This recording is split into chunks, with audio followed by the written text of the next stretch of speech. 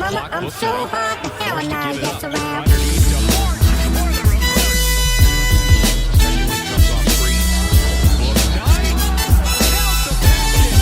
Welcome to episode 6 of the UConn basketball show by 860 and UCTV. Today's episode, me and Noam will be discussing UConn's heartbreaking loss to number 9 Creighton in overtime this past weekend.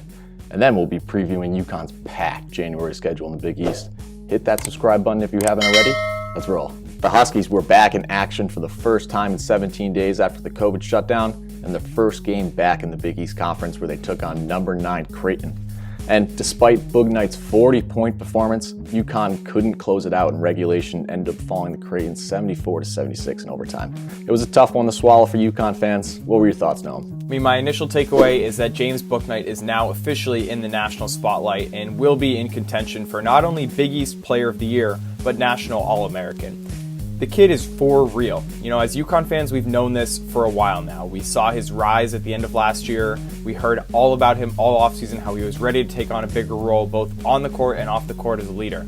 And then he comes out, what does he do in his first Big East Conference game? 40 points, 4 boards, 2 assists, over 50% from the field, 40% from 3, incredibly high efficiency on a high volume of shots. He showed he can play above the rim. He had multiple and one finishes. He was athletic. He was a good passer. He didn't turn the ball over. He took good shots, and he hit a lot of tough shots. And he showed that he is the alpha on this team. He is the guy that's going to carry UConn to a top 3 finish in the Big East. Now, on a bigger picture, UConn had, as you said, 17 days off due to their second COVID shutdown of the season.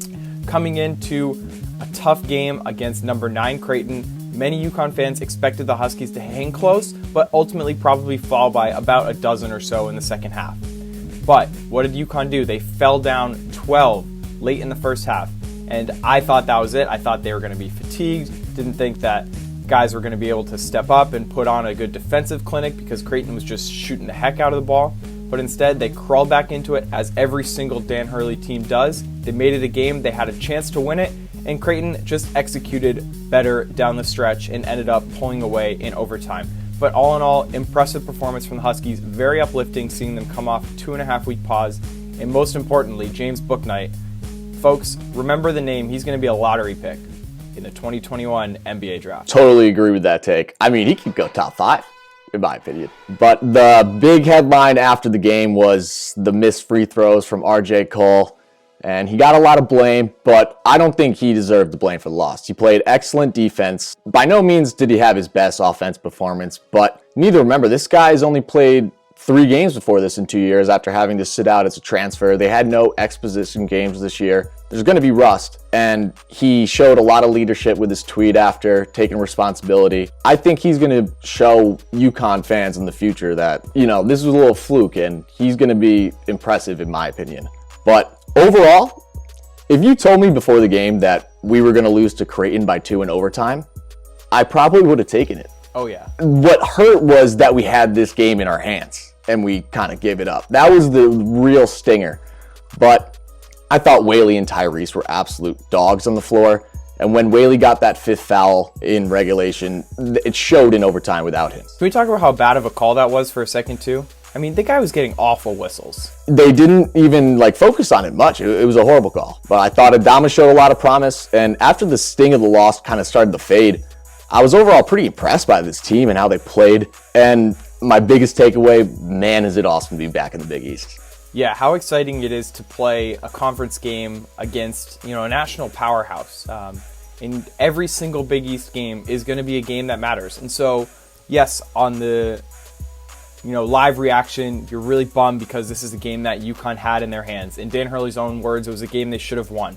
But you take a step back, and it's not a bad loss. It's a loss to a very strong Creighton team, and UConn really showed out. They played well. They played to their strengths. They controlled the pace of the game in the second half, I thought. And so you think about it on the big picture, and the Big East Conference is an opportunity for them to really put together a strong stretch of games. They have the leeway to lose, 5 or 6 in the conference and not feel like it's going to destroy their chances, which you could not say in the American Conference. And just a little bit more about RJ Cole. I mean, what a veteran leader this kid is. Yes, he missed those 2 free throws, and he was perfect on the season up till then. He probably should have hit at least one. We thought he would, blah, blah, blah, blah, blah. But as you said, like, he played terrific defense. He locked down the Big East Player of the Year, preseason Player of the Year, and Marcus Zagorowski literally all game long. And then post-game, he doesn't have to apologize to anybody in the UConn fan base. You know, Dan Hurley had his back, just like Dan Hurley had Al Tariq's back last year after he struggled early in the season. And it was a positive sign for me to see that the majority of responses from UConn fans were positive. There was, you know, things along the line of, you don't owe us anything, RJ.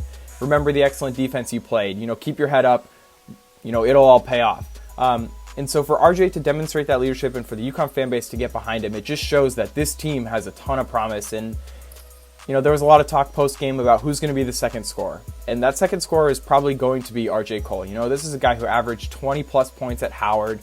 He knows how to score the ball. He's just rusty. You know, as you said, he's only played in 4 games in the last 2 seasons. So this team's got a lot of room to grow. They have a ton of great games coming up because every game in the Big East Conference is going to be a battle, just like the game against Creighton was.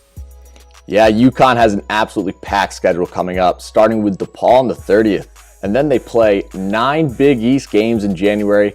I think it'll be good for the Huskies to get a lot of reps in so they can start getting a groove. But I'm hoping and praying that there's no positive COVID test that would force another 14-day shutdown. I mean, that would make this schedule an absolute disaster.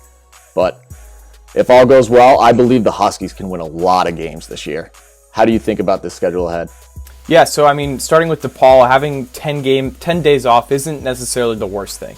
You know, you have the long pause, a couple of practices, and then a game. It's sort of a test, a litmus test to see where you are. Then you have 10 days off, you get a couple days off for Christmas, the team has a little opportunity to bond, to come together, and then you get right back into it in practice. And DePaul is predicted to finish in the bottom third of the league, but it's not a bad team. They have really 2 great players in Charlie Moore and Romeo Weems, and it's a team that you can't just roll over like you could do against a Tulane or an ECU in the American. But yeah, as you said, their January schedule is just packed, and I'm at the point where if they have another COVID shutdown, like, it's done. You know, you either got to move to a bubble for the rest of the season, or you just got to call the season, because it's not right to keep isolating these players for 2 weeks, to put them under the trauma and stress of worrying, hey, maybe I'm positive, or I can't see my family, or, you know, when am I even going to be able to play again?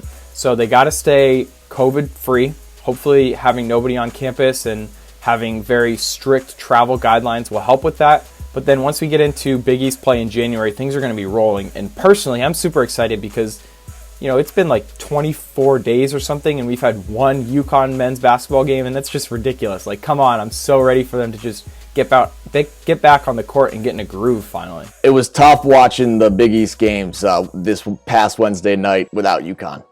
You know what's fun, though, is that you can watch other games in the conference, and they're great games. You know, every single game is going to be competitive. It doesn't matter if you have, you know, a bottom feeder like Georgetown playing a top team like Villanova. Like, it's going to be competitive, and you're going to want to watch. Absolutely. The Huskies are going to be without freshman Andre Jackson going ahead for the tough schedule. Andre suffered a broken wrist in practice on Thursday and is out indefinitely. Really sucks when players get hurt, but especially for Andre, you know, he was very rusty and trying to get used to the game of college basketball. And I think, you know, once he gets healthy, more reps in practice and under Dan Hurley, I think he's going to be very special. So it was unfortunate to see. Yeah, it's really tough too because it was after 2 COVID pauses, which you know hampered his development a lot already. People know he hasn't looked super comfortable on the court, but James Bouknight didn't look very comfortable on the court for his first month and a half either last season. It was only once conference play really got started and he started to get more touches and more comfortable in the offense that he started to grow. And so this injury really hurts. It doesn't necessarily hurt UConn so much in terms of their depth because Andre really wasn't playing that many valuable minutes yet, but it sucks for Andre. This is a kid who, you know, it's Dan Hurley's highest recruit ever. UConn fans want to see him. He's got a lot of room to grow. A lot of people think he can be a 2-and-done prospect just like James Bouknight. But a little more on the injury front, you know, Cook is nearing his return, and that is humongous news for UConn. You talked about Isaiah Whaley fouling out early and how UConn's defense just wasn't the same afterwards. And with a Cook back, you don't necessarily need to worry about Isaiah Whaley getting into foul trouble because if he gets 2 early fouls, that's okay. You put a Cook in there, he's the anchor of the defense. So a Cook probably would have come back by now if there hadn't been COVID shutdowns, but I'm expecting by about, you know, first or second week of January, he's going to be back. And last year, guys were literally afraid to shoot around him in the paint because if you shot near him, he would literally just block the crap out of you. So his addition is going to be ridiculously valuable to UConn on the defensive end, and I think that his offense has a ton of room to grow. He showed he has a decent jump shot last year. He gained probably 15 or 20 pounds. He's going to be a lot tougher around the rim, so the loss of Andre really stings, but more importantly for the team, the addition of Cook is going to add a lot. Yeah, I'm absolutely pumped about his return. Well, thanks everyone for checking in. We'll be back later next week to recap UConn's games with DePaul and Marquette. Thanks for coming on again, Noam. It's always a pleasure. Absolutely. Happy holidays, everybody. Go Huskies. Late in the shot clock, Book Night.